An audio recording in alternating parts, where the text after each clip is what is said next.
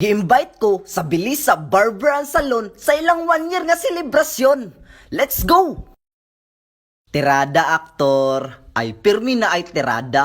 Sakay na dayon kog sidecar, nya sakat kay si Junson nang ako ang nasakyan, tirada diya son. Nya pag-abot na ako diri sa Bilisa, nindot jud pagkaplastada, baklay dayon nga pina-aktor, perting piti Pagsulod na ako na si Russell diri ug nasay gialutan na akong kuya. Ang nakanindot jud diri sa Bilisa kay mura kag naa sa gawas nagpaalot ba kay kompleto ta naggamit. Maunang diri na mo paalot. Sa mga actress supporter nako diya, pwede sad mo diri. Ug mao ni ilang priceless. Men's haircut service, haircut with shampoo 150. Pwede ta diri tanan magpa-color sa inyong buhok. Ug sa mga actress supporter nako diya, pwede kay mo diri magpagwapa, di ba? Ay! Plastada na dayon diya ang 1 year nga balon o gipabuthan na nilang madam. Happy 1 year anniversary Bilisa Barber and Salon. Let's go! Mag-foods na dayon ta og mao niya nga kuwang foods karon og uban ako kaon ng kuya. Salamat sa pagkaon Lord. Kaon sa tadaan dessert na magpaalot diri sa Bilisa kay mao man nga tuwang tirada ron. And shout out kay madam nasa likod. Thank you for inviting me. Tirada sad si Russell Birahan din nato ning manok diri.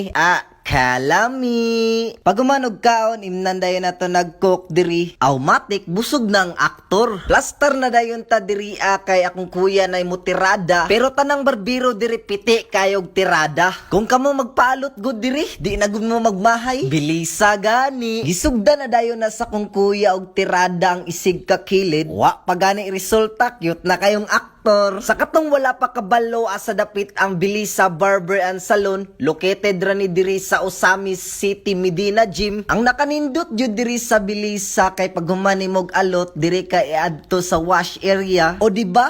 Nindot kay pagkaplastada. Nag-blower na dayon akong kuya diya. Nya saman di pa mo paalot ana, hinlo kay mga tirada. Kay naman naman tag-alot, automatic.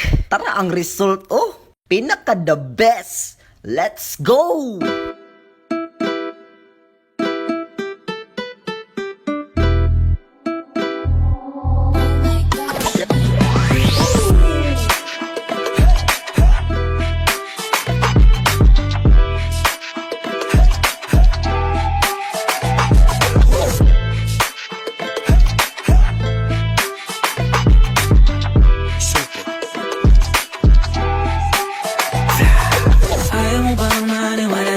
Para lasan Bakit di mo subukan lumapit para mo mararanasan Ang tagal mo na dyan sa maliit